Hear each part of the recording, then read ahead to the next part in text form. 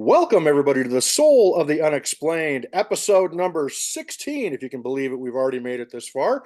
And joining me, as always, is my always awesome and super, super smart co host, Mr. Roger Stokes. Say hey, Raj. Hey, Raj. Happy to see everybody here today and glad that you're joining us for this next adventure and awesome and amazing episode. Jim, I'll let you do the introductions. Fantastic, sir. Well, today, folks, we have a real, genuine superstar, one of my favorite human beings on all of planet Earth. And that, of course, would be Mr. Kaleb Bench of the Skinwalker Ranch security team. And Kaleb, it's such a pleasure to have you join us today. This is your second time. You're a two-timer here on the Soul of the Unexplained. Thank you so much for taking the time to meet with us today. Yeah, thanks, Jim. Thanks for having me on.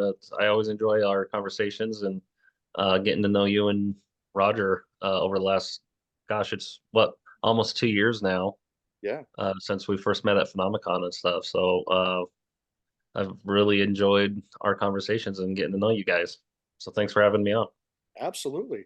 And I got to say, speaking of Phenomicon coming up in September of this year, and we're Hmm. having Bridget, one of the organizers from Phenomicon, is going to be coming on the show next week. And Roger and I, we're looking forward to seeing you and the whole team out there at Phenomicon this year. Just real quickly, tell us about what is Phenomicon like from your perspective? Well, it's quite extensive, I guess you could say. There's a lot of moving parts and there's a lot going on that week. And we're honestly, and it's obvious, and it's still around the time where we're still filming. So we're trying to balance that with everything at Phenomicon. And last year they had us spread out through so many days, which I understand why they were trying to do that. But I think this upcoming one that we kind of had that discussion where we might not be able to, as the Skinwalker team, be able to be involved with like the first 2 days as much. So all our stuff's going to be more like Friday and Saturday now. So to try and help with our filming schedule a little bit more too there. So yeah, it's pretty extensive and it's fun. Uh, it's crazy seeing all the people and uh, learning about the stories that people, are the stories of people where they're coming from. That's really interesting. So like I know last year there was a individual that a lot of people kind of heard about, Kirby, Mhm. Yep. came from, I want to say, New Zealand, New Zealand. Yep. Kirby Fairhall. and she spent like uh, a lot of time in the area because it was pretty much her only chance to be able to get over here. So um, hearing stories like that, you really have an appreciation for the people and what they're doing to come and get a chance to speak with us or learn more about what we're doing. Yeah, absolutely. Kirby's awesome. Well, Roger unfortunately wasn't able to make it to Phenomicon last year, but I got to meet Kirby and hang out with her quite a bit. She's she's awesome, and I think that's really cool that the fact that Skinwalker Ranch has kind of become a global uh, phenomenon, for want of a better word to use. I mean, there's people literally all over the world that are aware of the amazing research and strange occurrences that happen out there at the ranch. And Phenomicon is a great way for folks that share that passion, like Roger and I do, Yep. for Skinwalker Ranch to meet together and to network. And of course, Roger and I this last year we had our first informal Skinwalker Ranch insider meetup that we held the night before Phenomicon kicked off, and it was so much fun. We had about 35 people or so that showed up at one of the local restaurants there in Vernal, and it was the first time that I really got to meet a lot of insiders that just were some of absolutely the coolest people I've met and have in time since become very good close friends of mine. And so Roger and I are doing that again this next year, or this year rather. And Yeah. it's just a great, it's almost like among the insiders, it's almost like a mini family reunion because you only get to see these people once a year in a lot of instances that are coming from all over the country and from Canada and from overseas and Hmm. whatnot. So I really enjoy how Phenomicon kind of brings all those people together. And of course, uh, I would dare say the biggest attraction for these people that's drawing them to this conference is undoubtedly Skinwalker Ranch. And so that's what we're here to talk about today. As much as we'd Yeah, and like to talk about Star Wars and tacos and all kinds of other fun stuff that the three of us share in common. But yeah, and it's kind of on that note too. Is I'll put this in is it's we had an opportunity come up. Tom Bryant and myself, we're actually going to be going to England to an expo over there called The Awakening. That's in Manchester, England, on August 30th and 31st of this year. So we're going to be doing that weekend, and I want to say it's the following weekend where it's going to be Phenomicon. So it's going to be a real crazy 2 weeks in there with all our filming and then going to England and meeting all the people that are excited about Skinwalker over in Europe. And I know that they're just starting to put a bunch of information out about that and letting people know, no, excuse me, letting people know about that. mhm. Um, but I've already been seeing some comments in some of the Facebook groups that I keep tabs on about people in some of those other European nations trying to get there already. And Mhm. it just blows me away that people are that interested and have that much excitement about what we're doing out here. And it's humbling and very cool though. Very excited to get over there and meet with people over there and have those discussions. And that is exciting. And I gotta say, if you're going to Manchester, Manchester is like the birthplace of two of my favorite bands of all time, New Order and Joy Division. I mean, Manchester is like, obviously England is well known for Liverpool because that's where the Beatles and Hmm. so many other prominent artists came from. But yeah, Manchester, way up north, that's a place I've always wanted to go. And of course, I'm a big soccer fan, and Right. I gotta admit that Manchester United is like my favorite Premier League team. So I'm definitely envious that you get to go there. That's awesome. Where can Yeah. people if anybody that's over in Europe, where can they go to find out more about that Awakenings conference? Do you know? I just know that it's called the Awakening Expo. I don't have as much marketing materials myself. Okay. I'm sure, I think they already got a page up. I'm sure if you put in Awakening Expo, Manchester, England, I guess it's something that they've done every year. But they have put some stuff out online. I'm sure it won't be too hard to find. Um, so yeah, just look up the Awakening Expo, August 30th and 31st, and I'm sure everything will pop up there. I know that there was limited seats in at the one venue that they're holding it at, I believe. So I don't know if it's going to be multiple places or if it's just going to be one location. From the sounds of it, that this is a they've done it. It's one of the bigger UFO expos in Europe, to my understanding, Cool. and they've done it in a couple different buildings. So yeah, it's all pretty new to me still. So I I probably don't have the best of information. I just know that it's getting going over there. So Right. I've seen several ads for it coming up through Facebook feeds and things like that. So definitely keep an eye out for that. But yeah, if you're over in Europe and have the chance to check it out, highly recommend it just based on my own experience from Phenomicon and being able to meet people from around the world. I think that's the one thing that's really unique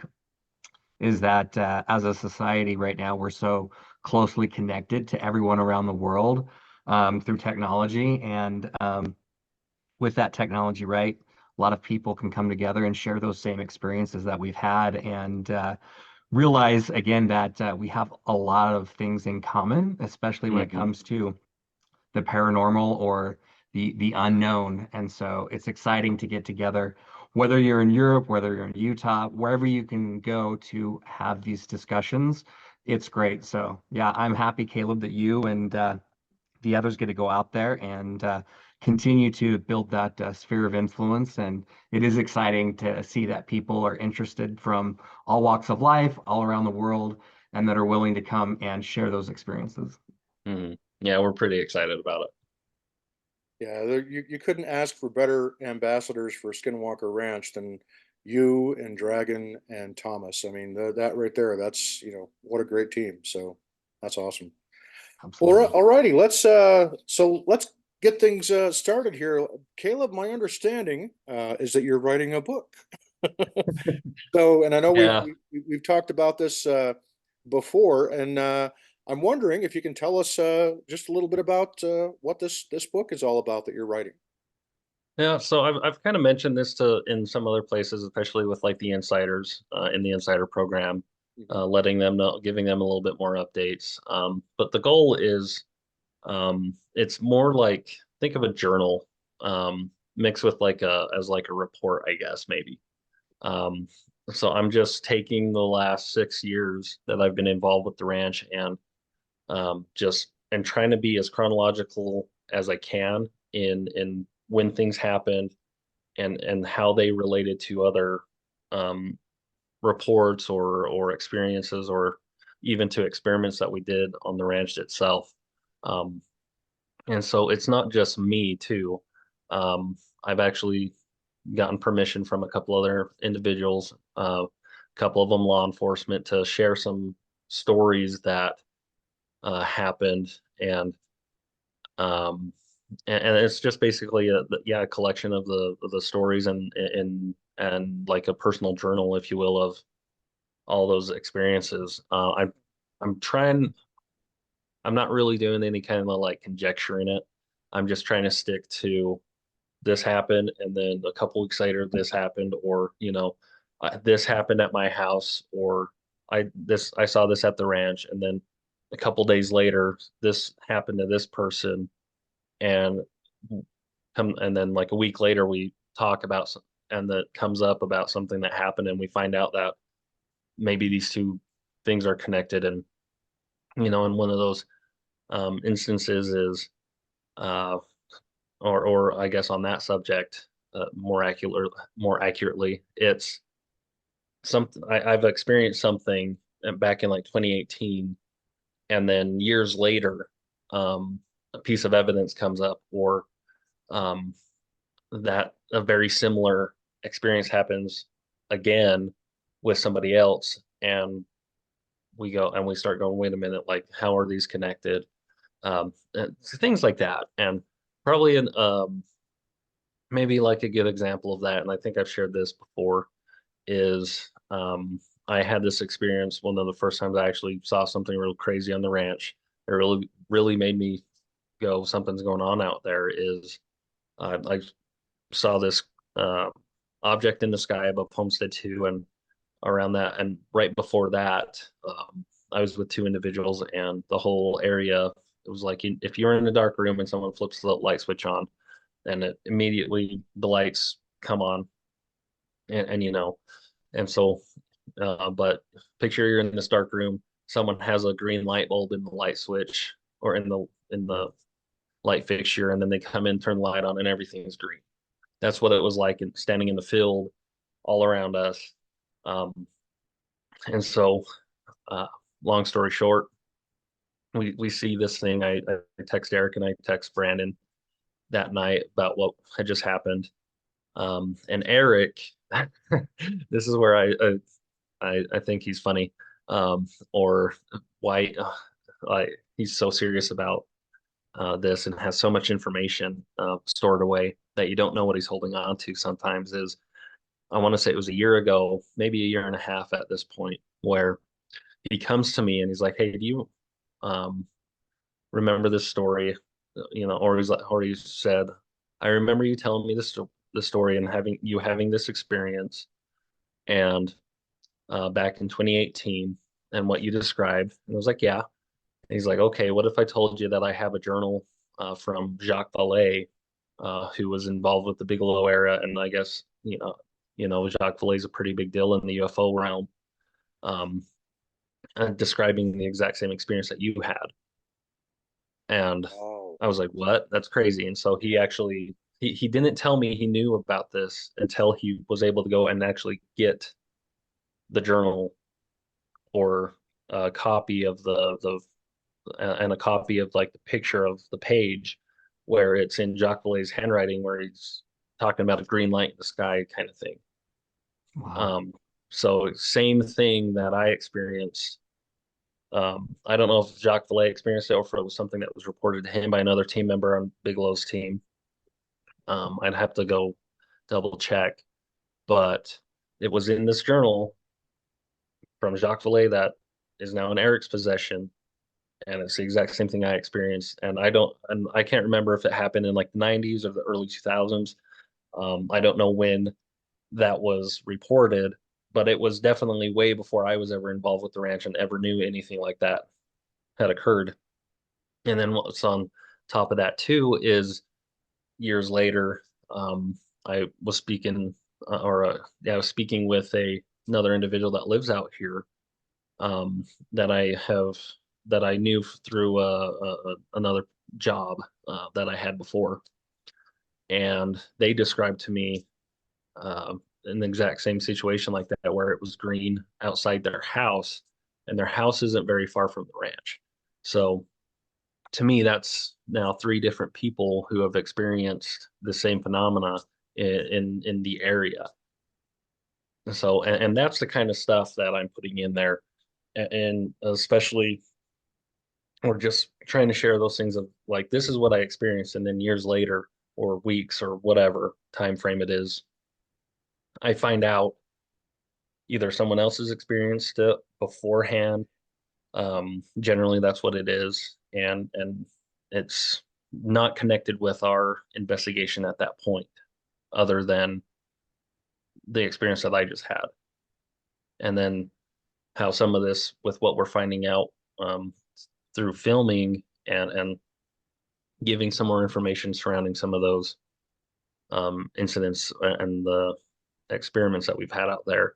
Um, you know, just a lot of information like that. So right now it's probably around 100,000 words. So probably I don't know, depending on how big of a book that would be from a Word document. But the other part of that too is I have a lot of photographs. We have a lot of recordings that Eric has gone through and kept that record. And so what I'll be able to do is actually, and my goal is to be able to put a bunch of photos that go along with these stories in there. So people are literally seeing that photographic evidence that goes along with these stories. Wow, that sounds like it's going to be an absolute gold mine of information. I mean, what better? I mean, for me personally, anyway, I'd much rather hear accounts of people that are currently there on the ranch that they've experienced, as Mhm. opposed to we've already gotten some accounts from the Bigelow era via George Knapp and Colm Kelleher's books, like The Hunt for the Skinwalker and whatnot. And so me personally, man, I cannot wait to hear your insights and your perspectives and your unique eyewitness accounts of the things that you yourself have experienced. And that kind of draws me into there's this really cool video series that has just been posted fairly recently on the the Skinwalker Ranch Insider page. And I watched all three of the videos recently, and there's two things that I wanted to touch upon that you actually just kind of referred to here. And there was one in one point, one of the videos, you said something along the lines of that you felt that you needed to relearn the lesson of never overlooking anything out on the property because you never know what it might be Yep. connected to or how important it may be later on. And Yep. I would imagine, specifically given your background with law enforcement, um, I would imagine that you probably have to write these after action reports kind of type things where you're making statements, and these have to be as detailed and fact based as you can make them because you never know when they're going to be subpoenaed to be in court, right? So Yep. it's literally your reputation on the line when with what you did in law enforcement, and so I would imagine you're probably carrying a lot of that over that experience and that whole kind of. I mean, that's just who you are. You are that kind of person where you have to. you know, approach it from that angle. So wonder if Yeah. maybe you can talk to us a little bit about that aspect of it. Yeah, it's something that it's kind of one of the driving factors is I can tell you that there was a lot of artistic license in some of those books. And I don't know why. Maybe it was because of how the story evolved in its telling. I don't think it was. I don't think some of it was malicious or anything like that. Mhm. But it was, we have that conversation all the time on the ranch. Is if you have this experience, it's extraordinary in itself. So why add to it? Or or try to make it more. I don't know a good word for it. Or extra, why try to make it more extraordinary outside of how extraordinary it already is?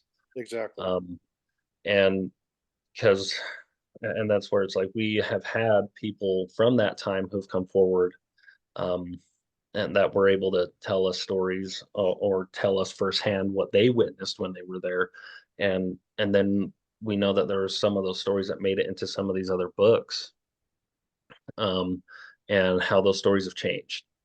And that's one of the driving factors of why I'm trying to do mine is, one, people really are interested in what's going on out there. And Eric and the team we're very serious about getting as much information as truthfully out there as possible. And it is one of those things that we understand with the television show and even frustrates us is not all information gets in there that we would like that to get in there. And there's a lot of reasons for that. And and that's also where we are trying to take that opportunity to get more of the story out there. I know Tom's working on the book of a lot of his experiences. I don't know um, the direct how he's presenting it. I don't know like the format, if you will. Um, I don't know if he's going to throw in a lot more questions or I don't know how he's writing it. I just know he's working on something himself because of the things that have happened with um, him and his family and his time on the ranch. Right. Um, but my biggest thing is, yeah, I guess I'm doing this because one, I don't want to forget all this information and as we've gone through these last couple of years, we're still learning how connected some of these events are. Like a good example of this is um, when Pete first came to the ranch and he had, I want to say it was one or two drones that crashed or got swatted out of the sky. Um, nice clear days, from my understanding. Weather wasn't an issue. These were, tens of thousands of dollars worth of drones. Like we always joke that Pete's got a lot of skin in the game because I think he's up to upwards of like 150, $200,000 worth of equipment that he's lost on the ranch. Oh Oh my wow. gosh, wow. That's insane. Yeah. No wonder his socks are brown all the time. Yeah, exactly. But this is what was really interesting is just a couple weeks ago as Eric was going through and building this database and going through and really looking at all the dates and categorizing everything by year, by month, by week, by day, by time. So we have this living record. He noticed for whatever reason this one video popped up off of the screen, and he started watching it and he started noticing some other dates with some other videos and he goes, wait a minute, all this happened within a week. So and on my side, and this is what's in my book, is I'm giving you another story here. What's in there is Awesome.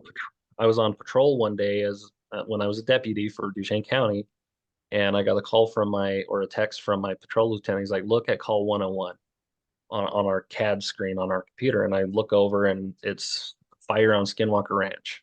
Oh wow. Tom had gone out and tried to do some spring burning, for on the canals there, and that morning it was fine, weather was fine, but the moment he starts burning, this 40, 50 mile an hour wind kicks up and just spreads this fire all through the east pasture Oh and my gets out gosh. of hand, and so they have to call the fire department out to the ranch. Well, and so I laughed. Took some screenshots and stuff, and I wasn't able to make it to the ranch for another couple days because I still had a couple days on my shift for the sheriff's department there. But and we come to find out Eric's going through this record, and he goes, "Wait a minute. The day before the fire, Tom was out, and this was like when the first time that, to our knowledge, something like this, maybe outside the power lines on the ranch, Tom was out there rolling all this wire out to start setting up new assets on for Eric, between some of the dog runs or the what we call the observation posts or the bait pens. Mhm. So this was a first for us. This is the first time someone's running a lot of wire. It was like 5,000 feet of cable and wiring to start setting up all these cameras and stuff near Homestead 2. The many of these cameras that you guys as insiders will see. So, and that's important because we've often talked about how the ranch is a novelty detector. So if you have the one-off that's going to happen, it's going to happen on the ranch, kind of is what we've noticed. Or for some reason, those probabilities of having that one crazy thing happens on the ranch. And so that's one of our jokes is like, we need to go get all these Powerball tickets and stuff and see if what our chances of see if our chances increase of winning, Right. and you'll know what that works is you never see us again if we do that. But so Tom lays this wire out that day. The next day is when this fire happens. And then the next day after that is when Pete Kelsey shows up with these drones. And over that next couple day period, Pete has these drones crashing. There's a video on YouTube of the one you can tell something hits it. Right. And he's talking about it. But then this is where it gets really, really crazy is that's the week that Eric and Pete find the spire and the data over in the East Canyons. Right. If you guys are familiar with that data set from Pete's photogrammetry, that is the same week that all this stuff happens. And so it's like we didn't realize all that stuff happened in that week until Eric went through and was making sure the record was correct with its times and its dates. And he was like, that can't be. He's like, he couldn't believe it when he saw like the sequence of events for the first times, and that's where it's one of those things like as crazy as it sounds, still the ranch reacts. So Right. Tom lays out this wire across the ranch. This fire happens. You know, Pete's drones get swatted out of the sky, and we find the spire in the data. So, it's stuff like that that really we scratch our heads at. So, and that's the kind of stuff that's going into the book. And again, like I remember that fire. I have a screenshot on my phone somewhere of that I took off my phone, or I took because I have access to cameras on my phone, Right. for security side of things. So I can get on and take screenshots of Oh, wow. Yeah. my of what's going on the ranch, or save the files and things like that. So we are connected at all times to it. So yeah, it's just one of those things like it's that kind of stuff where I was somewhat connected to the all these circumstances, even if I was 40 miles away. I still remember these things happening, and then and then we find out all this other stuff happens, and it's just Yeah. so connected. It's crazy. You also, another thing you touched upon in your videos, and I remember, um, you use the term validation, and Yeah. how one of the things that you had noticed, and you kind of touched upon it for a brief moment a few moments ago, where you'll have something that you notice or that you observe while you're on the ranch, and then through the course of events where you end up talking with people like, say, Chris Bartel, or you mentioned Jacques Yeah. Vallée, where something you specifically experienced also happens to coincide with something that somebody else that was on the ranch at a completely different time, perhaps in a completely different era, like the Bigelow era, that they, as you referred to as Jacques Vallée, had the exact same thing happen, and how that's kind of a validation. How does that how does that feel when you get that quote unquote validation? What is that process like internally for you? I guess it makes me feel like I'm not going crazy, like everybody, Yeah, like, and it feels good because, like these stories that we're telling people and these experiences and these experiments and all these things that we're doing, it's just adds to that layer of like solidifying what we're dealing with, and that it's not, that these things aren't just in our heads, if you will, and like something's messing with us. right. Um, and yeah, that's where, with season 5 coming up, that's one of the things, we did um, a couple of these episodes where they're actually interviewing us a little bit, um, and it's kind of a little separate, like an add-on to the episodes. Like they're going to kind of be their own 30-minute shorts where we're talking about the stuff ourselves, and that's they asked us that question, like with season 5, what um what we really felt, or like if we could describe it in a single word, and that's the word I used was like thinking about it, I was like validating, because there was a couple things that happened that's um really validating for the things that I've experienced and have described, and we finally got some other hard video or data or picture or something that I go, wait a minute, that's exactly like what I saw and described here. And so for me, it was really validating because, yeah, we had a lot of those things that have happened. It's just a story at that point, or it's just a witness testimony, if you will.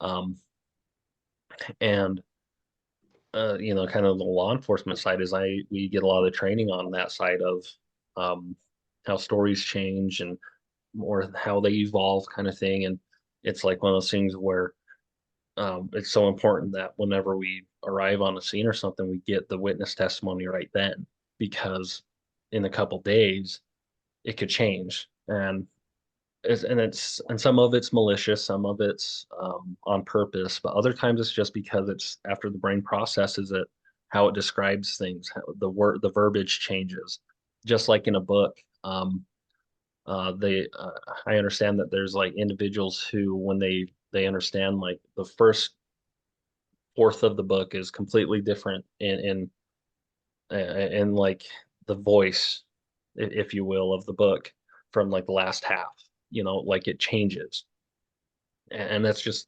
kind of a natural thing.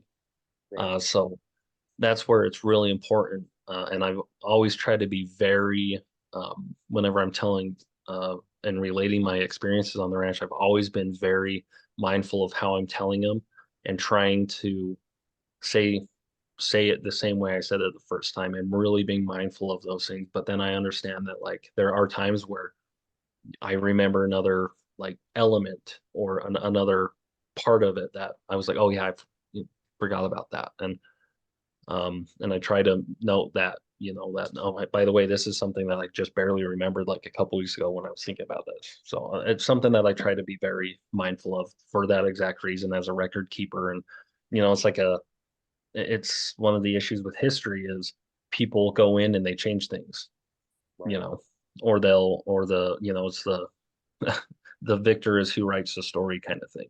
Exactly. Um, Yeah.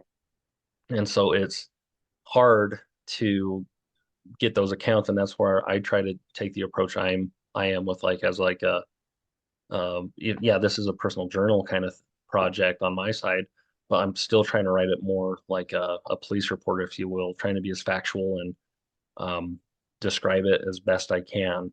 Um, And and that right there is why Roger and I think so highly of you and the team, is because above all else, you're men of integrity, and integrity truly matters to you. Your reputation is one of the most valuable things that a human being can possess. And Roger and I, one of the reasons why we, are so grateful to have gotten to know you is because you exude that. And so does everybody else that you work with that we've been able to meet and interact with. And Mhm. it just speaks to, again, not just your personal character and your personal morals, but your integrity and your honesty.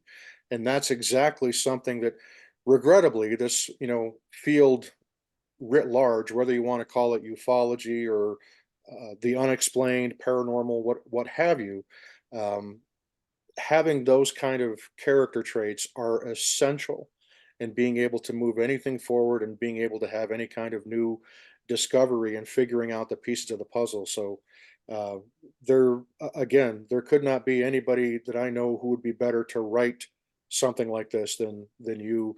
And Thomas, as you say, is as far as I'm concerned, is of the same character and the same level of integrity. And that's just, like I said, I know it's going to be a gold mine of information when it comes out that I can't wait to read. Thanks. Yeah. So, Raj, and I want to pose this question to you, Roger, and to you as well, Caleb, and that is, if you remember when we first started the Soul of the Unexplained, Roger, was back in the summer of 2021. And at the time, I was not what you would call an experiencer. I had never really witnessed any kind of uh, unexplained phenomena or paranormal type thing. And of course, that has changed in the years that have ensued. So I'm always hearing people talking about how there's a difference between being a believer in something and having something on faith versus being an experiencer, meaning that you yourself have, you know, personally witnessed it in any one of a number of different ways. And so I wanted to ask both of you, and Roger, we'll start with you.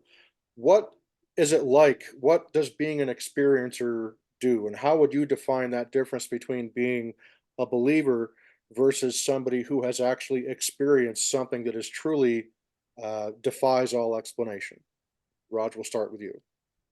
Yeah, no, that's a great question. And as I think back about all the different experiences that I've had ever since I was a little kid, there's, I think there's a definitive line that's drawn because there's things that, as a child that I was taught to believe, right? Things that I continue to believe, things that I take on faith, and really, have that type of, hope in and looking forward to things that I may not have a tangible answer to.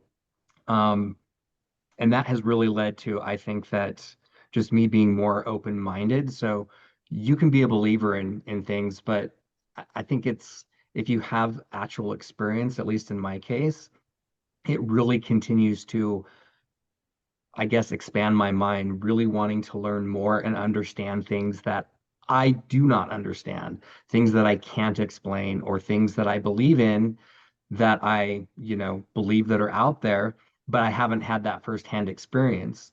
But with the experiences that I've had, especially as a kid, it's taught me to approach things, I guess, really in more of a methodical manner, if that makes sense.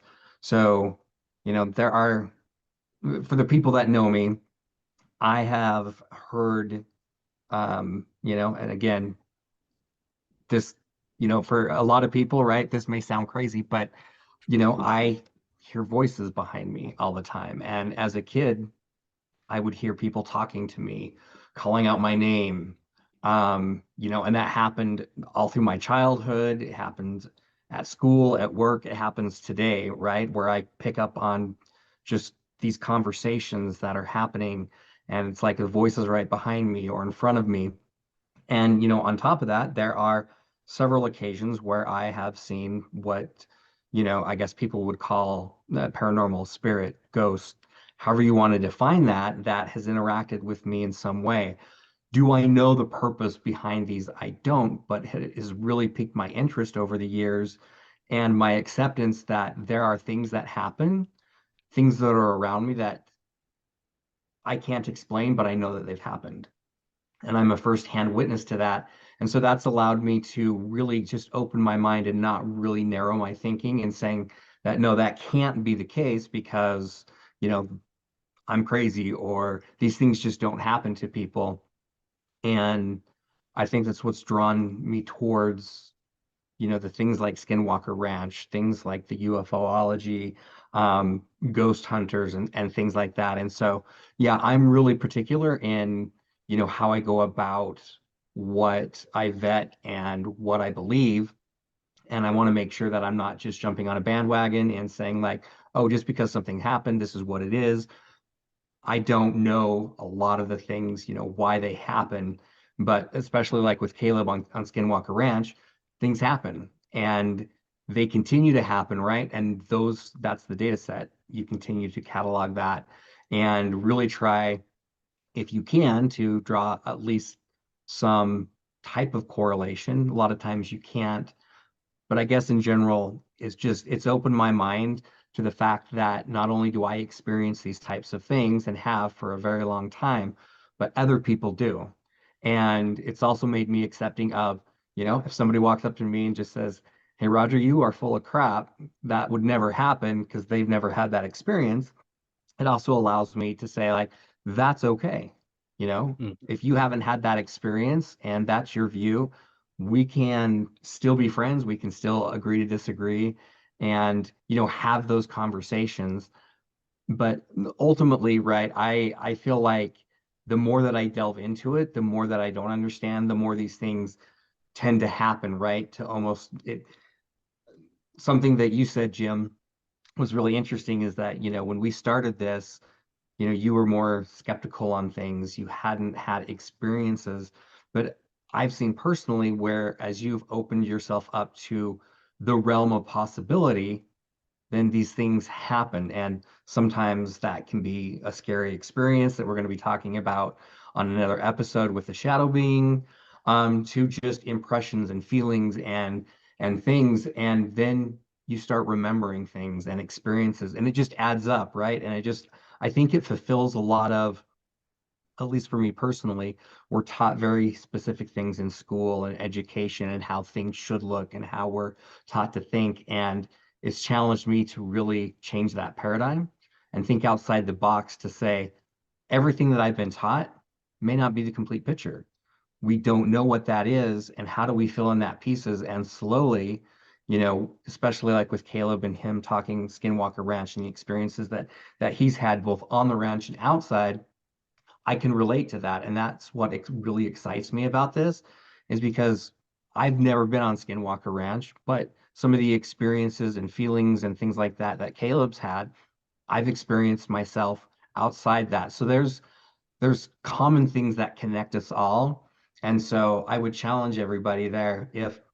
If you are a believer, great, keep believing, stand by your morals and principles, but still be open to things that you may not understand. And you will find that as you look back across your life, there are things that just you might not be able to explain. And if you open yourself up to the idea that there are more things in this world that we can't see, feel, and hear, think about, whatever that may be, you're going to gain knowledge, you're going to gain these experiences that I think collectively as humanity, as we all put this together, we're going to come to a greater understanding of how our world actually works.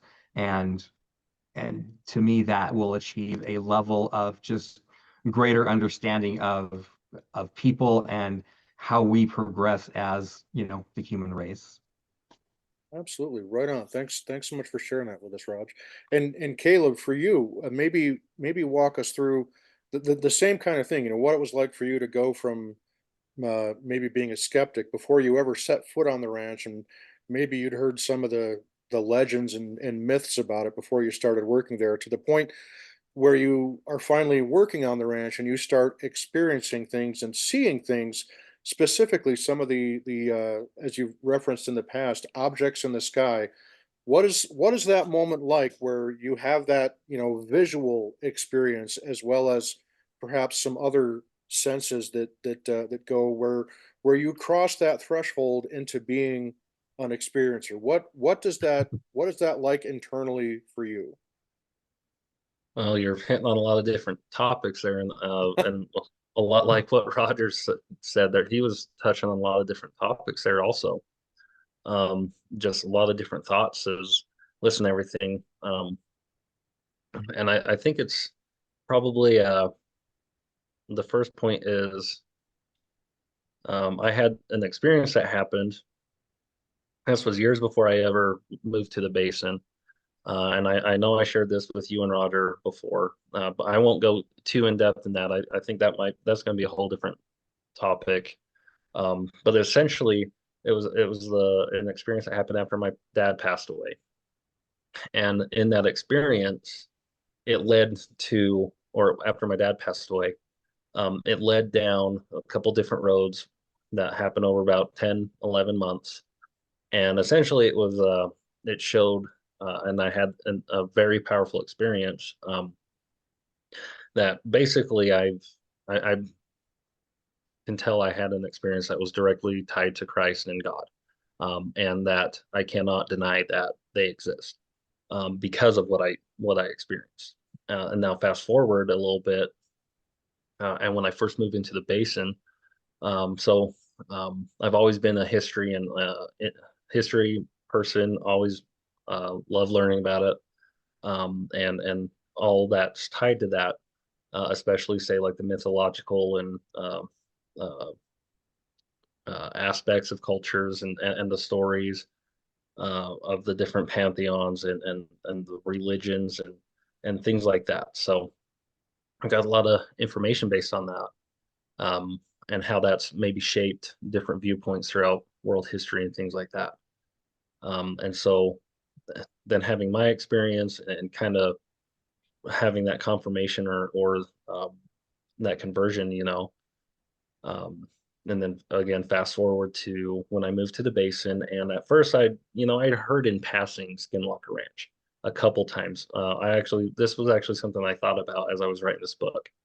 Um, was when I first moved into the basin, and I was just getting on my feet, I was just newlywed, and I was doing some concrete work for a couple months, and two of the guys on the crew I was working with, they brought it up.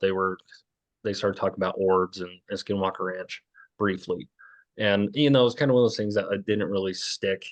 It was kind of a conversation they were having, and I was just kind of in my own world, But I just remember hearing them talking about it.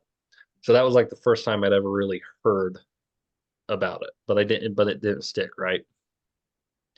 And then fast forward about another year, and I was in the oil field, and yeah, there's a lot of stories with oil field guys, especially at night when they're down south of like Highway 40 and even up north in the mountains in some of these locations about weird, crazy things happening. And so there's a lot of stories like that, but nothing's like really been delved into. But and I essentially had an encounter with some stuff with a couple. Um, I don't want to go too crazy into it because it's actually something that's tied to season 5 at this point. But I had an encounter with some things down south, as I was delivering some chemical one day, and it was crazy, um, because all the official reports say that these things shouldn't be here. And I was like, oh, that was cool. That was a really neat experience. I just kind of put it away. It was definitely something that was memorable, definitely outside the norm. And I'll be able to go into that a little bit more. And that's actually another thing that I touch on in the book, because it pertains to something that's really fascinating, in season 5. Um, and and then fast forward, couple more years to when Tom is now on the ranch as the manager and doing a lot of stuff. And it becomes a topic one day, at during like Sunday dinner, with the family. And come to find out, like my mother-in-law has the George Knapp book, and I never heard of it. And the ranch really became finally this thing that I was really paying attention to at that point because of the conversation. And I got the book, and I only made it like halfway through, at the end of the day, because yeah, the story that they tell at the first with the rancher shooting the wolf kind of thing. That story is gonna, obviously, there's a reason why they put it there. It draws you into the book. And so that was kind of like my knowledge base of really Skinwalker Ranch and the basin.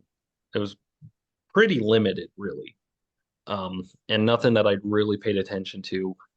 But when I first got invited to the ranch, and that was that Halloween on 2017 to start doing security stuff, um, I guess you could say my attitude was like I was open to stuff. I hoped some of it would be true because it would be fascinating. Um, but at that point, like I'd never had any kind of experience involving like this realm, if you will, or these realms with like UFOs and um, or poltergeists or whatever you want to call them. And at the end of the day, it's kind of like, again, I guess it's at this point, a lot of it's just that really validating. Um, After having all these experiences and looking at things and seeing how they're connected. And, um, it's one of the conversations that we have on the team is with what we're doing out here, and why we take it so serious is Roger kind of hit on this point of like how we view the world and how people overall see the world. And especially in the last 20 years with social media and reality TV and how they've structured most of that, where it's not true, it's scripted, and people are so sick of being lied to, um, or being misinformed, and that's where we go.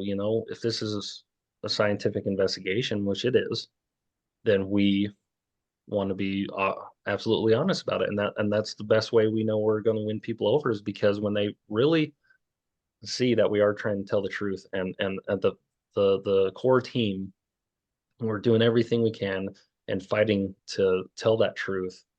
That's at the end of the day how I think we're going to win people over, is when they see that. And kind of another really cool aspect on my side is on the law enforcement side is, again, your word is your job in law enforcement. And um I've had multiple people, multiple colleagues, multiple people reach out to me and say, the reason I really started realizing that this was true is because you're there, and you can't lie. Like if you lie and you get caught, you lose your job, kind of thing. You lose all that credibility, and you can't find a job in law enforcement later if that's what you end up going back to.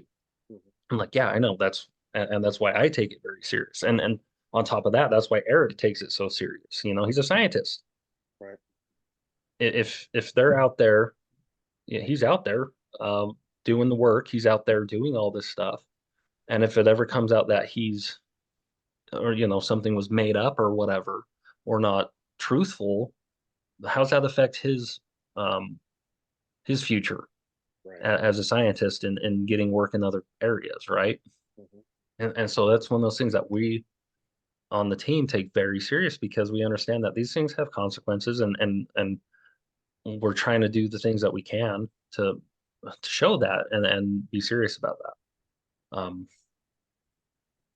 And it compromises integrity anytime, somebody tries to fabricate evidence just to make it look more exciting or anything like that. And the thing with Skinwalker Ranch, correct me if I'm wrong, is you don't have to do that because the stuff that happens there is extraordinary and exciting of its own accord. I mean, just the Yeah, very nature of the stuff that happens. It's just and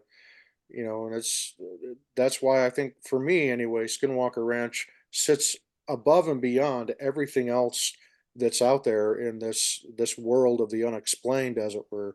And like for me, when I had my experience, like Roger was saying, I was totally I was absolutely a skeptic, and I was absolutely a skeptic on the whole UAP UFO thing. I've always believed that there's life elsewhere in the universe, and there's a mathematic certainty that there's other intelligent life out there on all these exoplanets and throughout the galaxy, and the billions upon billions of combinations there are of worlds that are right in the same hospitable climate zone as Earth is away from our own sun. So it's not so much that, but then when things started really coming out with, starting back in 2017 with the New York Times article, I was, because I'd casually followed the UFO subject. I remember reading all about Project Blue Book, and of course I know about Roswell and all the other famous alleged incidents like Kingman, Arizona, and Kecksburg, Pennsylvania, and Gulf Breeze, and all these places that are out there where there's these well-known stories. But the once you really start looking at it from that skeptical scientific standpoint of, okay, it's a great story, but is there any data to back up what it is? And that's where, for me, Skinwalker Ranch kind of, is really in a category all its own because of the way that Eric and you guys are approaching it. You're doing it, quote unquote, the right way, and that's just what draws me in even more to see the way that you guys go about doing it. And uh, having had the opportunity to meet you and Thomas and Dragon and Eric and Travis, and the only one I haven't met yet is Uncle Jim, and I would love to hear some of his music stories, particularly. But Yeah. you're all of that same level of character and integrity, which is what we need to be able to help really get to the bottom of this and figure out at least what some of the pieces of the puzzle are. And it sounds like uh, that's one of the things that's going to be coming in season 5 is we're going to get maybe a little more glimpse at what some of the pieces of the puzzle might be. And that to me is fascinating. It's exciting because as Roger kind of alluded to, and you as well, I think the world and our universe is a lot bigger than we realize. I think there are things that we see, and there are a lot of things that are unseen, both literally and figuratively, that are out Oh, there that are around us all the time. And that's one of the things that excites me about the data and the research that you guys are doing out there on the ranch is that there appears to be things that are there and you catch just a little glimpse of them sometimes. And it makes me wonder if maybe it's doing that on purpose just to tip its hand just enough to say, yeah, there's something here. And so just, I mean, how can anybody not help but be fascinated by it? And that moment for me where I crossed that threshold from being, a believer where I had faith in things to being an absolute, having knowledge that certain things were real. I went through a conversion process with my uh, belief in God and Christ, much similar to the way that you did. And once you experience that, nothing and no one can ever take that away from you. And it yeah, and folds, it's it becomes a part of who you are. mhm. So Yeah, it's one of those things where like yeah, kind of going back another point that Roger made too, and what you're kind of hitting on is it's funny to me that because this is something that just happened to me recently, and it just made me think about this, and that's why it's, I guess what's why I'm noticing it is you're bringing up like when you believe something, um, and someone's might just end up like not like outright attacking you, but they have to let you know how you're wrong, mhm, kind of thing. And it was just kind of funny to me because I was thinking about this situation, and um, and that I was in when this situation happened. I just felt like yeah, I had the initial response of like kind of feeling a little bit of anger and wanting to lash back out kind of thing. And I just kind of, but then that's where I was like, okay, I got to think about this, like why is this happening? And I kind of just came to the conclusion where the people who have to tell you that it's not real, they're the people that are inside their little box in life. And anything that shatters that or opens the door or sheds light on something that they can't really fathom or makes them extremely uncomfortable, because if that one thing is true, what else could be true? And how does that completely shatter the little perfect world that they're living in right now? right. And so it's like that's why they're so, and to me that's why they're so hell bent on saying that you're wrong, that that they won't believe it or can't believe it, kind of thing. And no matter what they experience, or no matter what you tell them, no matter what you show them, it will always be fake, or it will always be made up, kind of thing, is because it shatters their reality, if you will. And so that's why, that's one of the things that I thought about. Like, that's why there's always going to be a group, a part of the group that always has to attack or try to discredit something, is because at the end of the day, they're the ones that can't really handle it. And then it's also like, why waste energy in worrying about that? And why worry about that group? Um, and so it is what it is. And you, as long as you, or, as long as we just keep moving forward and trying to be as honest as possible, that's what you do. And it's kind of, and there's a lot of, and this is where I think there's a lot of wisdom in the Bible, especially in a lot of these things, because it's, the scriptural reference. I'm probably not going to quote it correctly, but it's essentially the "don't cast your pearls before swine" kind of Swine, thing, right? Yep. because it's, what are they going to do? Hmm. You know, it's it reminds me also of like the saying, like, you don't ever play chess with a pigeon, because what ends up happening is the pigeon just walks all over the board, knocks all over all the pieces, and craps on the board and struts around like it won, kind of thing. Exactly. You know, there's nothing you can do. So yeah, it's just one of those things that some of the comments that you guys have brought up, that's where my mind went on some of that. And it's, again, the importance of why one of the topics that we talk about, one of our goals is, if we can show that what we're trying to do is be honest and stick, um, to morals, and stick to who we are, kind of thing, then the world needs more of that. Not the make it up, not the you know um, if that's one thing that we can bring to the table by some chance, is showing people out there that it does matter when you stick to what you believe is right, and tell them the truth about it. Absolutely, and that's, again, I know I end up sounding like a broken record, but that's the kind of thing that matters to me, is, knowing what kind of people are really behind the research that you're doing.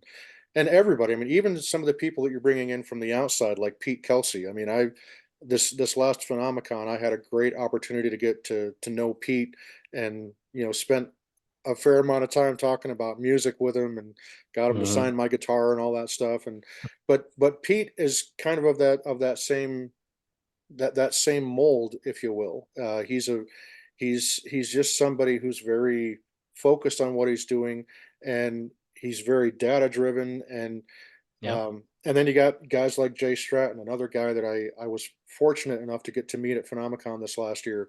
And it really is hard for me to hear how people like Jay and Travis in particular are constantly getting thrown under the bus by these naysayers that are exactly the kind of people that you're talking about, Caleb, for whatever reason, their experiences and their encounters don't fall within the parameters of their little neatly defined box. And when it doesn't, then it's all about, okay, let's dogpile on this guy and do everything we can to, discredit him, attack his character.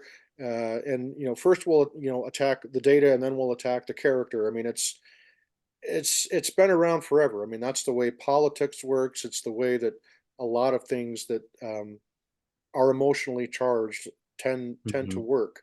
And so the fact that you've got the team that you do working out there, and again, the people that are coming in from the outside to participate every now and then, like Jay and Pete, um, those guys are still of that same high integrity, high caliber, and they're approaching it from a very, you know, sensible, I guess I would say, sensible and logical direction. And that, to me, that makes all the difference.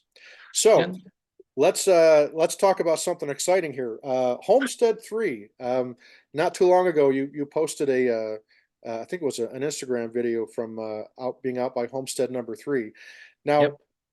people that watch the docuseries, The Secret of Skinwalker Ranch, we always see Homestead 1 and Homestead 2 in particular, but we don't really see a lot about Homestead 3. So I'm wondering if we could just take a moment and if you could tell us a little bit of the maybe the background of Homestead 3 and just any interesting details you can tell us about it, and if it will ever be featured prominently, perhaps maybe coming up in the future. Well, we've tried to get over there a couple times, but that's where again this headbutting between the investigation and the production kind of comes into play. Is if it doesn't fit inside the storyland, then it's not going to get there, kind of thing. And that's what we're always going up against it, and and it is what it is. And but to my understanding, Homestead 3 it's the oldest structure on the property. It's been there. I've heard 19 like 30s, 1920s, maybe. I don't think earlier than that, but maybe 19 or maybe like 1915s, or somewhere in there. And there's just been a lot of interesting things there have been some interesting things that have happened over there off camera, mostly with regards to personal experiences on the team and things like that. Like, I want to say, and this is where I think Brandon's actually been trying to correct the record too, is everybody thought that like when he had this group come out and they show this story in the docu series where Brandon's talking about this guy that went like comatose and he comes up and it was like this big bodyguard. And that was actually over by Homestead 3, Wow. not by Homestead 2. So, from my understanding, and I think he's been trying to correct that, or the perception that it was over by Homestead 2, from my understanding. And then there's been other cases of people hearing things, and seeing things over there. We kind of got over there last year, or with season 4, where my one colleague, who was another law enforcement individual, came on and shared an investigation that he was a part of that happened on the other side of the fence. That was just behind Homestead 3 on the west side there. And so we were kind of close. It was right on that fence line that runs next to it. So we were in the area, and the bulldozer incident where the bulldozer died, that was right between Homestead 2 and Homestead 3. I want to say you can actually see Homestead 3 kind of sitting there. So we've kind of gotten there, but we haven't ever actually gotten to get into where the homestead itself isn't within that trees. But some interesting stories, like some of the history is, from our understanding, is it was a man and his wife that lived there, and from what I've heard and been told, because one of the stories is that the rumors is that like a baby died under some strange circumstances or something. I think I kind of talked about that in that video on Instagram, where um this and one of the individuals who's lived in the area had his grandparents actually lived to the southwest. They told him about this man and his wife that lived there, and I want to say she was a native lady, and he was a white guy, and I want to say they had a baby and it died when it was very young. I don't think of any ill purpose or like any malevolent causes, but it was just in a time period where babies had a higher probability of passing away because of the circumstances. Right. But that kind of led to maybe to some of the lore of like some baby died under weird, crazy circumstances because it was the ranch or whatever in a later time period. Um, but it's not like a part of our official what we've put out there yet, but we have had individuals of like remote viewing and some of these other modalities come out and do things. And the ones that we think are more legit, they've all kind of mentioned something at Homestead 3, uh, and in regards to like a female presence kind of thing. And that's where it's like I don't have a the full understanding of the circumstances involving that because I wasn't there. So I don't really want to go too much into it because I don't want to say anything that might not be accurate. But I do know that we've had some things done over there, or or Eric or someone on the team um, did have something like that or was present. But I know that Homestead 3 is a point of interest still, and that we do want to get over there and try and do some of these experiments over there to see if we get some of the same results. Because, just with the investigation being what it is, there's other points of high interest at this point for obvious reasons. And that's one of those things is there's so much going on and so much information to go through is we're serious about trying to go back and do some more follow-up and Right. see what more information we can get. But it's again like the when it's filming, that's where you get the two sides button heads on what to do and where to go. So did And just for so I can have a bit of a reference, the bit from last season where you and Don went out to examine that fence post, is that over by Homestead 3? no, Or that's where? actually on the south side of the property. That's Oh, across the okay. river and stuff. So what I'm thinking is I had a friend, Corey Reed. He works for Roosevelt City Police Department now, but he was at the time of this investigation that I mentioned, he was investigating some horses that had been mutilated or killed, and they were just on the other side of the fence from Homestead 3 on the west side of the property. Hmm. And because it was on tribal at that time, he was working for one of the tribal agencies, and so that's how he was connected to that. And I met Corey when we were both going through the police academy years ago, and that's where at that time I was doing security on the ranch and stuff, and that topic kind of came up, and that's when he shared some of these stories with me. And over it took me a couple years to finally to convince him to come out and share some of those. Right on. So in the so is Homestead 3, is it surrounded by trees like Homestead 2 is, Yeah. and like does the road or the path, does it go out there by Mhm. Homestead 3, or is it like off in its? No, so the main road, so the ranch itself used to be so the main road that goes through the ranch that you see us driving up and down all the time, Mhm. that actually used to be the main road between Roosevelt and Vernal, Oh wow. way back when, before they made the new highway. I don't know how long ago, and cut it through all the lava rocks and stuff. Mhm. And you can tell probably how old that was because that whole road's not, it's a dirt road still. Yeah. Um, but Homestead 3, Homestead 2, the command center, Homestead 1, the ranch house where the command center's at, that's all on that road.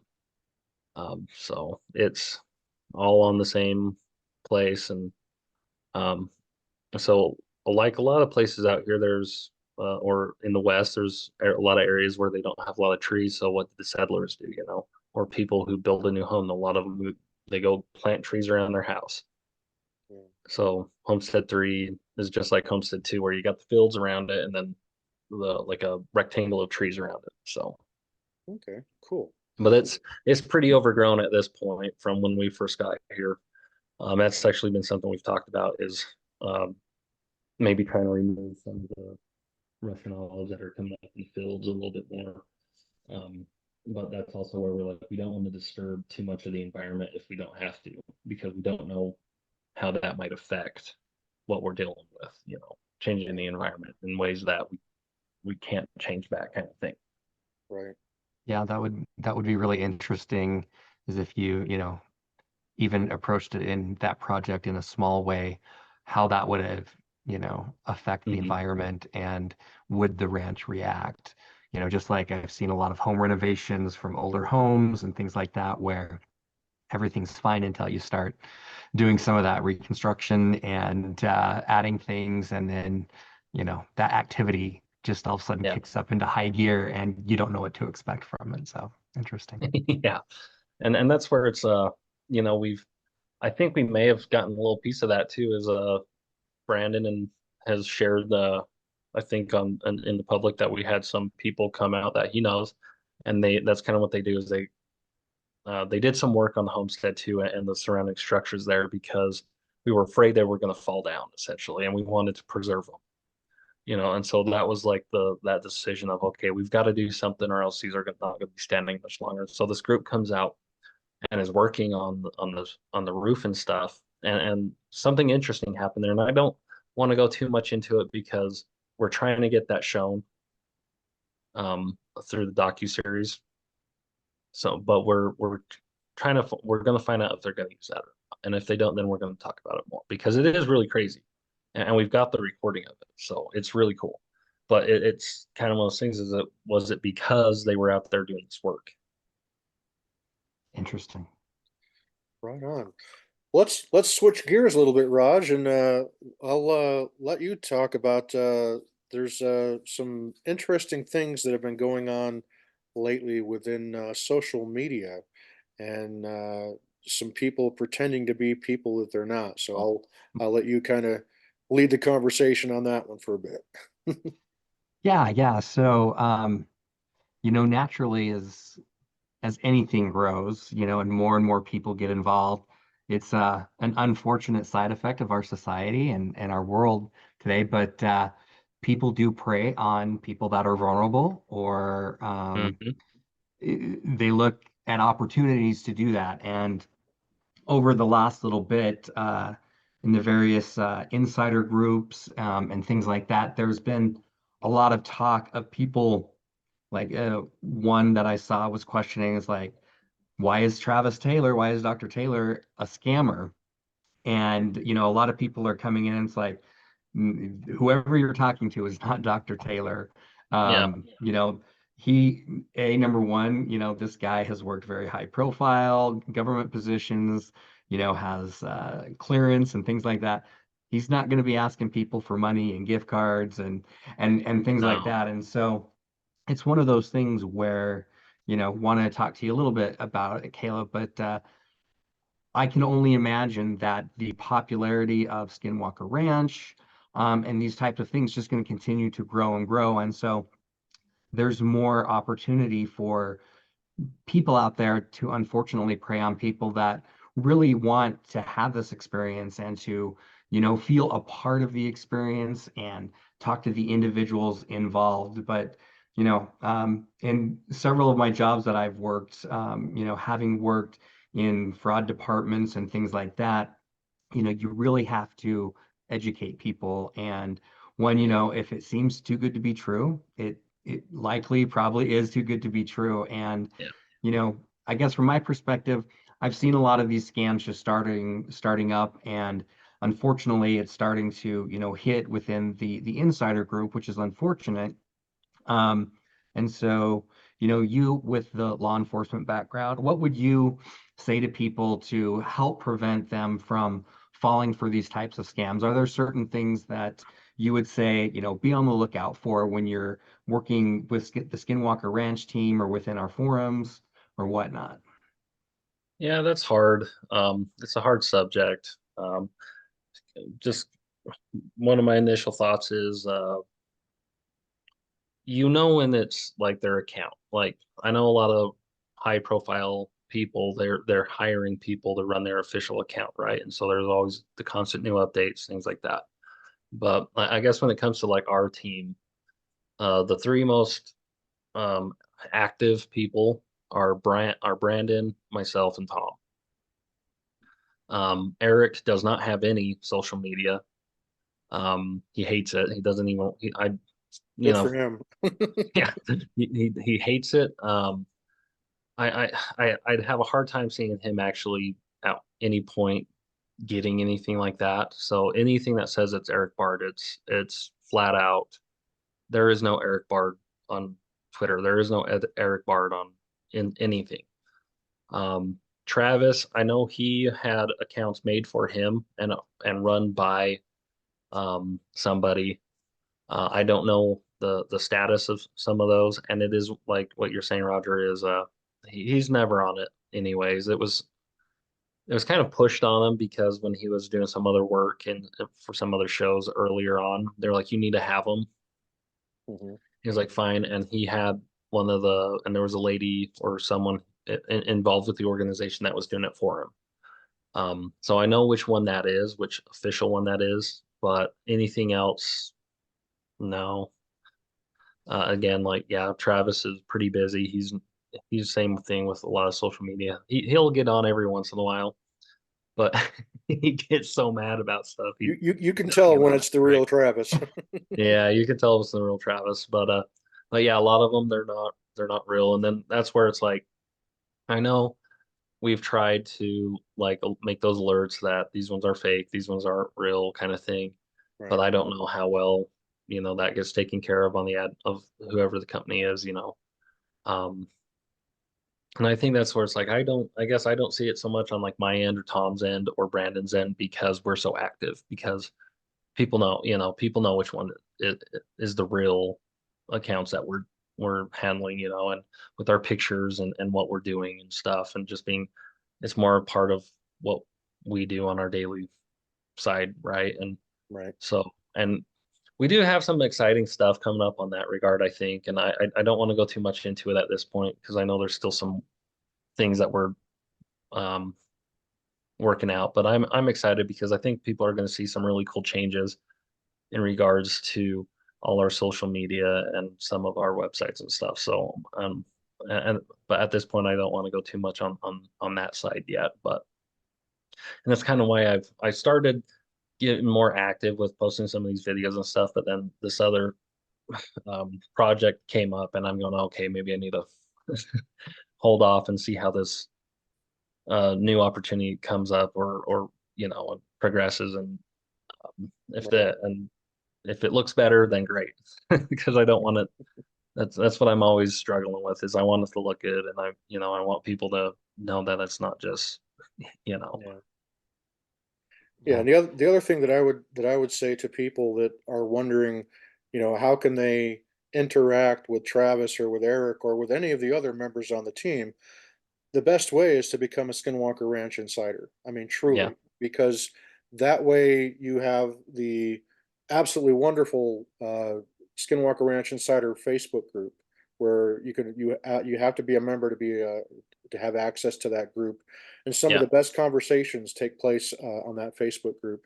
And then, of course, there's the Discord server, which is even better. And I'm still learning my way around Discord, but plenty of opportunities. I mean, just a couple of months ago, Eric was on the Discord server for what seemed like close to 12 hours of a marathon session. And I was able to just simply talk directly with Eric Bard on one of the voice channels and, having a Yep. direct conversation with him, asking him, all kinds of great questions and getting amazing insights and perspectives from Eric. And so the the folks that are truly fans of the docu-series and that truly want to know more about what's going on at Skinwalker Ranch, honestly, the best investment that you can make is to become a Skinwalker Ranch insider because you Yep. will be able to have interactions with some of these people. And during the times when we do the Q&A sessions or the chips and salsa, you'll even get Travis that'll join us, and there's been times when Jay Stratton has been there and Pete Kelsey, and Yep.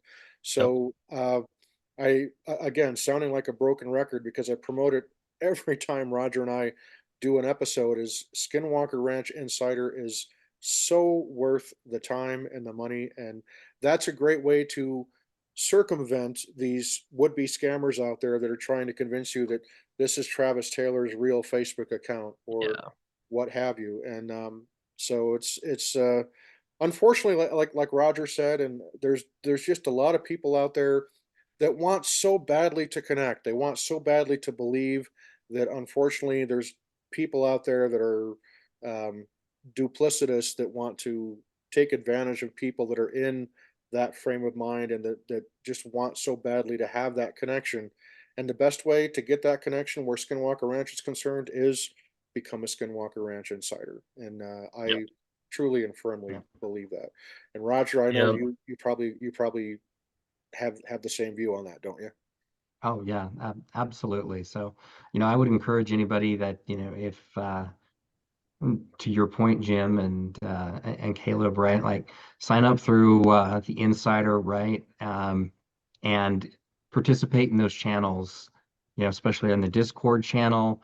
You get a lot of time to talk with not only other insiders, but as you said, like Eric was on there, and even Caleb talking with you, and the different social media sites that you use there. And even, just like on the live stream and talking through the insider groups there, the chips and salsa, there's a lot of opportunities, right, based on that membership. My final thought on it would be is that, if you're in the insider group and again, someone you think that's part of the Skinwalker Ranch team is approaching you through a personal message, private message, direct message for money or to send them things like that. That's Yeah. just not something that the Skinwalker Ranch team is going to do. So that would be your first red flag is that this is not official, right? And if it's through a forum, a Facebook, something like that, definitely report that to the moderators, so we can continue Yeah. to combat the fraud that is out there. But again, stay safe there in cyberspace, people, and make good decisions and enjoy the time that you have to spend with the insiders and the Skinwalker Ranch team through the various channels that are offered.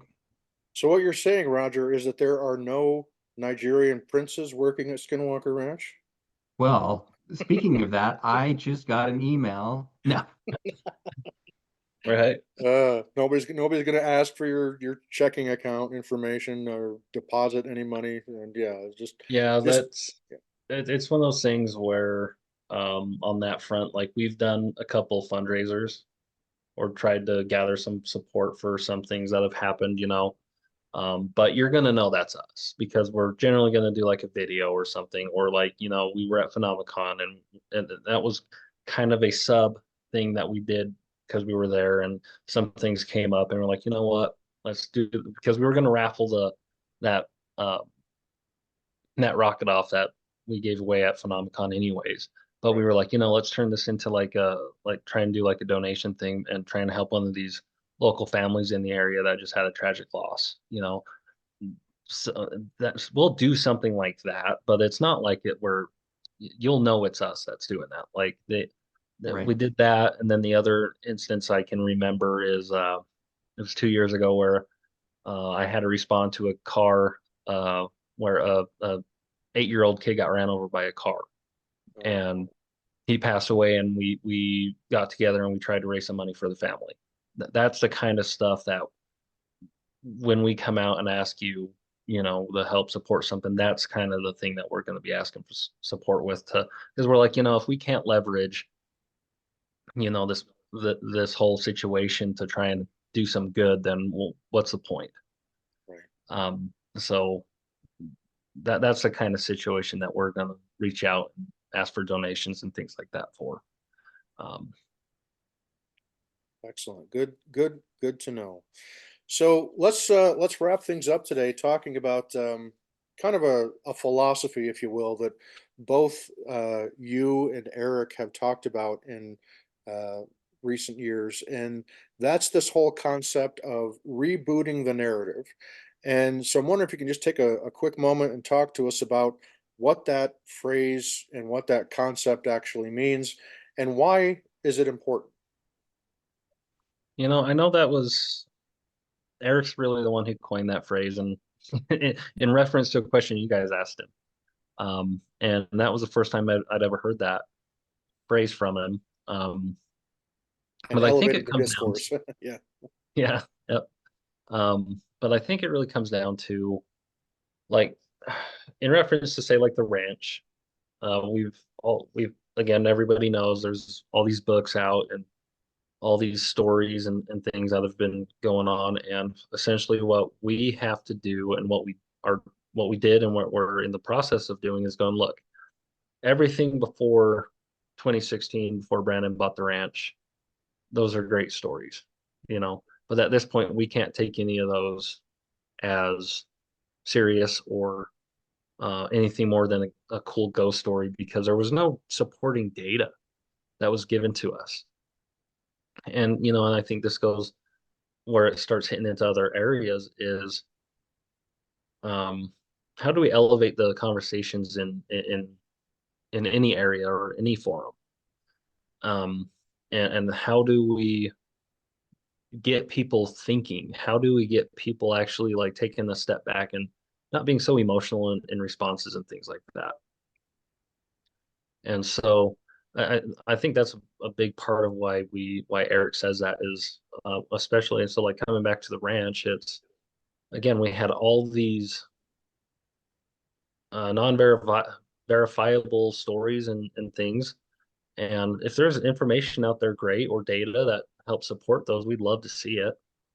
But we don't have, well, we're not going to, keep the hope or the faith up that we're ever going to get anything like that. So that's where you see what we're trying to do with the investigation is, okay, what what do we do to start figuring this out? And yeah, and that's honestly one of the really cool things with the docu-series is you literally go back over the last couple of years and look at those seasons and you see how it's progressing and literally see how some of these ideas are coming up and how we're implementing them, and and try and get that information out there. And that's what's been really cool for us is because now we're going, okay, look, this is what we can say as a part of our narrative because this happened, which led us to do this idea and get this equipment, and these are the results we got, and that's where it's been really cool.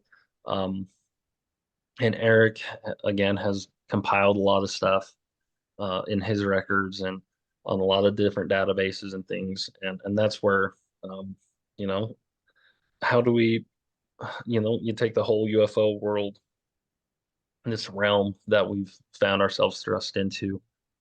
Um, before that was none of our wheelhouse. It's kind of becoming our wheelhouse.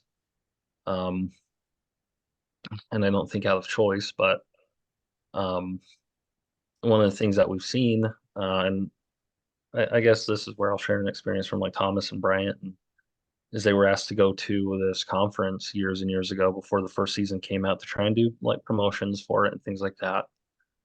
And they related some stories that were being shared in a public forum by individuals. Um, and it was just kind of one of those things like, okay, great. I don't want to take people's ability to have that chance away by any means, but at the same time, it's like, how serious are we going to be about this? How serious of conversations are we going to have about what's going on in some of these areas like Skinwalker Ranch, Hestelin, um, all these places, the Bermuda Triangle or whatever. How serious are we going to be, and how serious are we going to have? And I think that's where like the credibility thing comes in, and why that matters.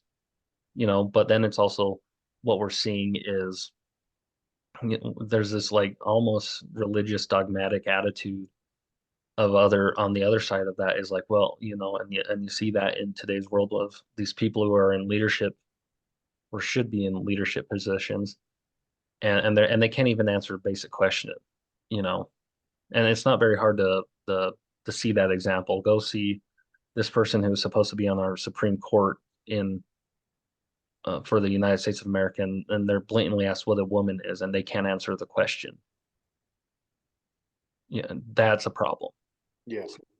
And so that's the thing that we're trying to overcome, and the attitude that we're trying to present, and at least what I'm trying to do myself too. So, um, is have that serious conversation and be like, okay, like, is this person literally, yeah, and that's the hard part is gaining that trust and keeping it um and being a source of legitimate information.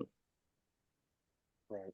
Absolutely. And it's such a vital part of being able to move everything forward, not just on Skinwalker Ranch, but just in general. You want to try to like Eric says, elevate that discourse and just keep people focused on the things that really add value as opposed to, all the noise that you have to tune out and sift through to get to the actual, heart of the matter. And there's so much, and it's on both sides of the political aisle. I mean, it's really, I Yeah. I think in regards to Very much, politics, it's very like much. I don't think that, if say FDR and JFK were alive today, I don't think they'd recognize their own party. And if Ronald Reagan and Eisenhower were still alive today, I don't think they'd recognize their party. So it's like we've just allowed ourselves as society to kind of be, it's become so tribalistic, and Yeah, that's one thing that really saddens me. And I suppose for me and Roger, I don't know if it's any different for you, but for me, that's one of the things that gives me hope, for want of a better word, uh, for what's going on, because of the research that you're doing and the fact that, as Dr. Taylor says, reality gets broken so many times. His perception and yeah, view of reality gets broken just by the things that he sees and experiences on the ranch. And so what that tells me, that there is in fact a larger world and a larger universe that maybe here in 2024 we're still trying to figure out where exactly we as a human species, where we fit into all of that greater, world. A lot of it, as we mentioned earlier, is both seen and unseen. yeah, And how can anybody not be fascinated by that? And of course the answer is, well, there is people that are going to, for some people, even showing them irrefutable proof, they're going to say no, no, because it doesn't fit into my little box. It doesn't fit into yeah, my own paradigm of what reality and the worldview is. And that's one of the things that will always keep me uh, fascinated and interested in the work that you and your team are doing out there at Skinwalker Ranch. And I think it has tremendous implications. I mean, it could very well define how we view our reality, how we view the universe, and the very nature of existence.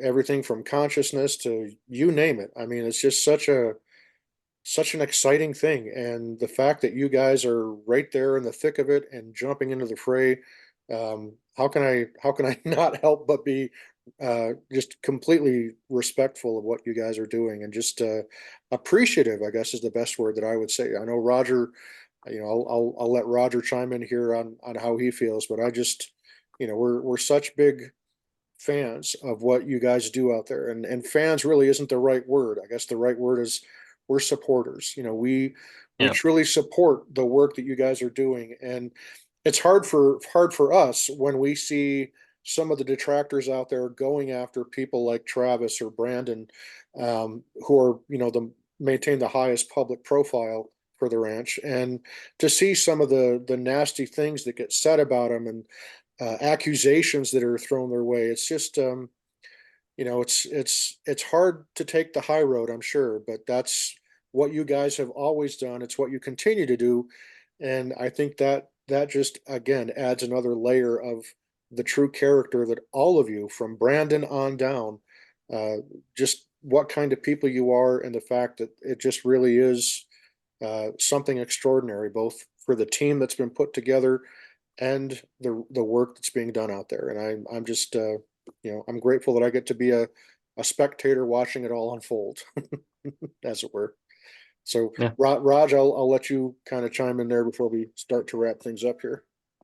Yeah, yeah, no, I mean, I don't have a lot to add because so much was said, but I think, just talking about elevating the discourse and really, focusing on what has been the current data set, that things that you guys have found out there, some of the theories, the possibilities, and really it's taking what you guys have built so well, um, when you're out there doing the research and the different testing, what's being shown on the show, right? And just focusing that forward, and really, the integrity that goes into the work. And I think a lot of people don't realize how much work it actually takes each and every day to get those things set up, and to do the experiments over and over and look at the results. And there's just, I think, within our society, um, I think if we just all stopped and, took some time to reflect on, where we're at in the universe and who we are and what kind of difference we want to make, and the type of people we want to be, focus on that positivity together collectively, um, will definitely elevate the discourses we've talked about and really focus on, bringing to light the things that are obviously happening and that are there that we just don't understand yet. And so it just excites me every day to be, again, part of that journey and watching from behind the scenes and learning myself, and then having the opportunities like this to talk to you about it, Caleb, and really just sharing, super grateful that you are want to share these experiences and just give us a little bit more insight into the what your experience is, what's happening at the ranch, and just tying all that together collaboratively. So Hmm. really appreciate you being on. Yeah, thank you guys for having me on. I always enjoy the conversations, and yeah, I always try to do what I can to help get what we're doing out there. So, We sure appreciate your time, and we're excited for season 5 that's coming up very soon. My understanding it's going to be coming up in April, maybe May. So we're not Mhm. even about 2 months, maybe 2.5 months away from finding out some of the exciting things that have been going on in what will be season 5. So that's I just counting down the days until yeah, that time we're all gets here. pretty excited about it because of we again we had some really crazy stuff, and I I'm excited for the follow-ups. So, Yes. I'm yeah, I don't know what else to say. Right Now on. we're all Well, excited. yeah, it's and we're looking forward to seeing you at Phenomicon coming up in September, and just we just again want to reiterate how much we appreciate everything that you do and that Mhm. everything that Thomas and Dragon and Eric and Travis and everybody that's a part of the team out there, including the folks like Pete and Jay and the guys from Omnitech, and just what a great team you have assembled. And we just want to wish every one of you the very best. And again, thanks so much for taking the time to meet with us today. And Yeah, can't wait to do it again sometime in the not too distant future. So, yeah, Roger, thanks again for helping me do this. And we got some other exciting stuff coming up again, folks. Coming up in just a few days, we've got Bridget Lake, who is one of the organizers of Phenomicon, is going to be coming on to tell us what some of the exciting things are that we can expect at Phenomicon this year, coming up in September. And then we're also going to be doing some new features here on the Sol of The Unexplained. Roger and I are going to start doing some reviews, kind of like movie reviews of some of the documentaries that are out there, and kind of offer up our 2 cents on that and make it a little fun there.